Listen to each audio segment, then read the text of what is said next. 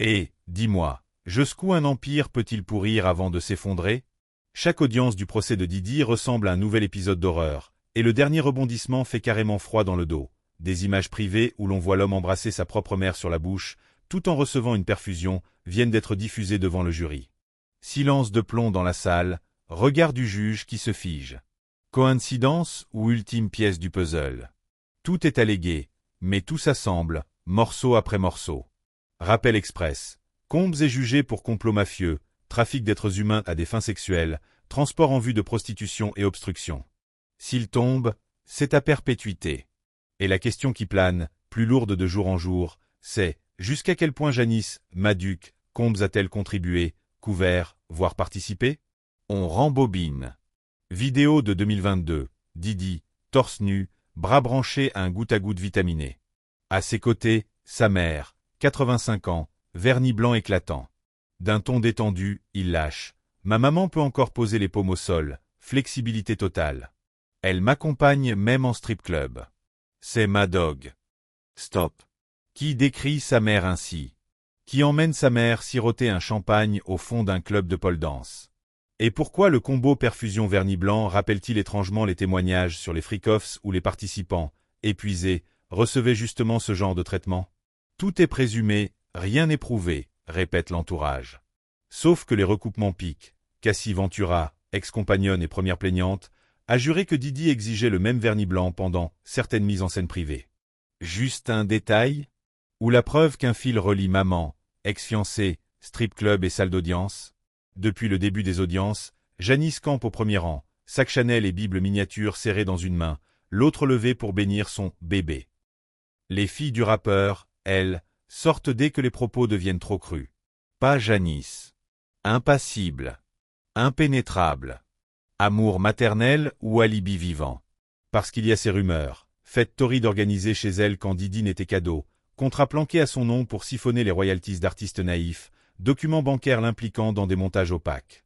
Il y a aussi le murmure de ce bodyguard viré après avoir repoussé, dit-il, les avances appuyées de « Mama ». Délire? Peut-être. Mais un ancien président de Bad Boy Records confirme sous serment avoir entendu Didi se vanter d'avoir « mis une claque » à sa propre mère. Problème d'éducation ou relation toxique à multiples sens. Les procureurs, eux, déroulent un récit sous amphétamine. 20 ans de soirée, freak-off, on drogue, on filme, puis on tient les images en rançon. 4 vitaminés, baby oil par litre, escorte masculine masquée à la demande.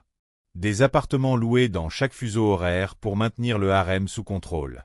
Qui paye? Le Con-S Enterprise, vaste toile d'entreprise légale, dont plusieurs portent la signature. Janice Combes. Papier officiel, encre noire, adresse de la maman. Difficile de nier qu'elle a vu passer les chèques. En séance, la vidéo choc de 2016 assomme tout le monde. Didi attrape Cassie par les cheveux, la botte, la traîne, la jette. Pas un blockbuster tourné à Hollywood, juste la caméra d'un couloir d'hôtel. Devant ces images, votre cœur hurle stop. Devant ces images, Janice reste. Ne bronche pas. Ensuite, à la sortie, elle souffle au journaliste, on lynche mon fils. Lyncher? Vraiment? On parle d'un millionnaire entouré d'avocats, pas d'un gamin bâillonné sous un chêne. Comparaison indécente, mais révélatrice. Dans son prisme, c'est lui, la victime. Cassie, enceinte jusqu'au cou pendant sa déposition, l'a dit. Il contrôlait l'air que je respirais. Elle n'avait que 19 ans quand il a signé chez Bad Boy. Il lui paye l'appartement, la carte de crédit, le médecin. Puis vient le deal. Tu participes au jeu, ou tu dégages nu. Jeu. Les fameuses freak-offs. Didi observe, en peignoir, bandana sur le visage, téléphone à la main. Ceux qui refusent se font sortir manu militari. On verse un verre, on jette une bouteille si la réponse n'est pas assez rapide. Les coups pleuvent, attestent 3 témoins. Les jurés prennent des notes. Les visages se ferment. La défense rétorque, lifestyle alternatif, consentement d'adulte, jalousie réciproque. Elle admet la violence domestique, mais tente de la dissocier du trafic. Domestiquer n'est pas trafiquer, plaide maître Gurago. Vrai que la loi exige preuve de coercition ou fraude pour qualifier le crime. Mais quand un flic raconte qu'on lui a tendu une liasse pour effacer des images, quand un danseur nu explique qu'on a photographié sa pièce d'identité pour le tenir, quand Cassie révèle avoir signé un accord à 20 millions sous la menace, difficile d'invoquer la simple scène de ménage. Et puis il y a cette cargaison, 1000 bouteilles d'huile pour bébé saisies dans les villas de LA et Miami. Même instantané sur les réseaux. La défense sourit, le client aime la peau douce. Le public ricane, puis frissonne. Qui a besoin d'un millier de flacons si ce n'est pour huiler une machinerie plus vaste? Pendant ce temps, d'autres victimes pointent à la barre sous pseudonyme. Jane, Mia, victime 5.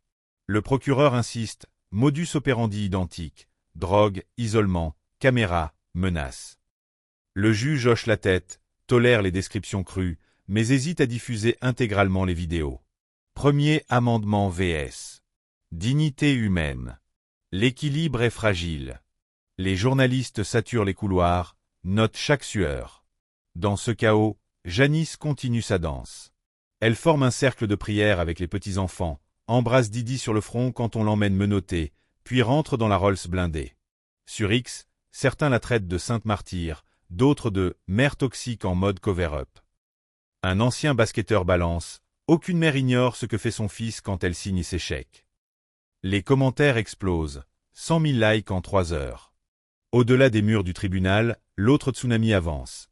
Plus de 60 procédures civiles, 400 plaintes potentielles alignées comme des dominos. Tony Busby les représente à l'appel.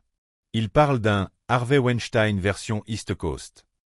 Chaque dépôt ajoute son lot de détails glauques, rumeurs de corridors secrets, contrats d'assurance spécialisés en scandales, témoins achetés billets d'avion business pour se taire.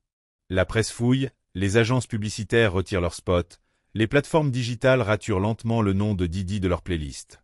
La défense contre-attaque, racine raciste du Manacte, chasse aux sorcières, jaloux qui flairent le jackpot. Peut-être. Mais comment expliquer les armes à numéro limé? Les documents offshore signés J. Combs?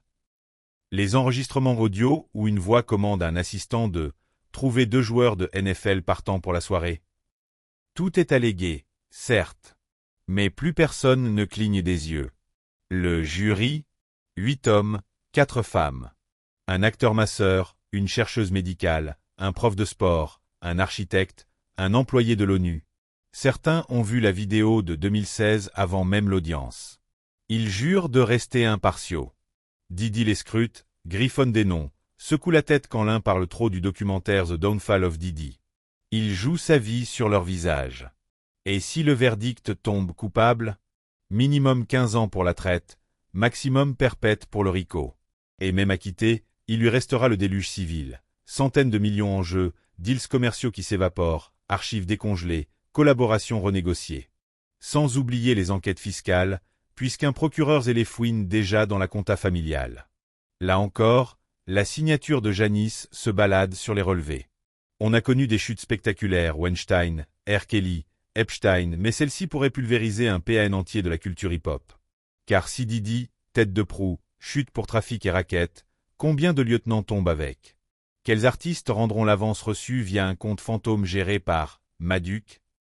Quels clubs devront expliquer pourquoi les caméras étaient opportunément étouffées? Et quels réseaux de streaming oseront encore glorifier Bad Boy Anniversary?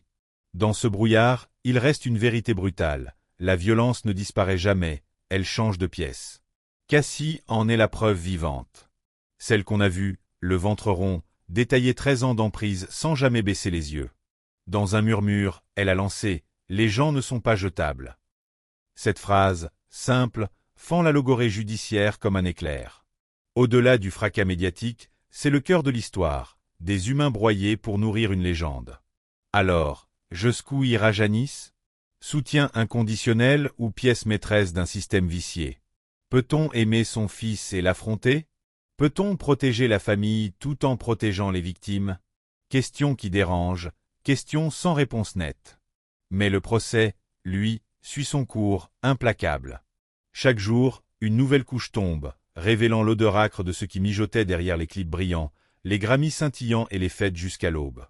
Garde bien les yeux ouverts. Parce que si tu crois avoir tout vu, attends la prochaine audience. Tu ne vas pas en croire tes oreilles, ou tes cauchemars.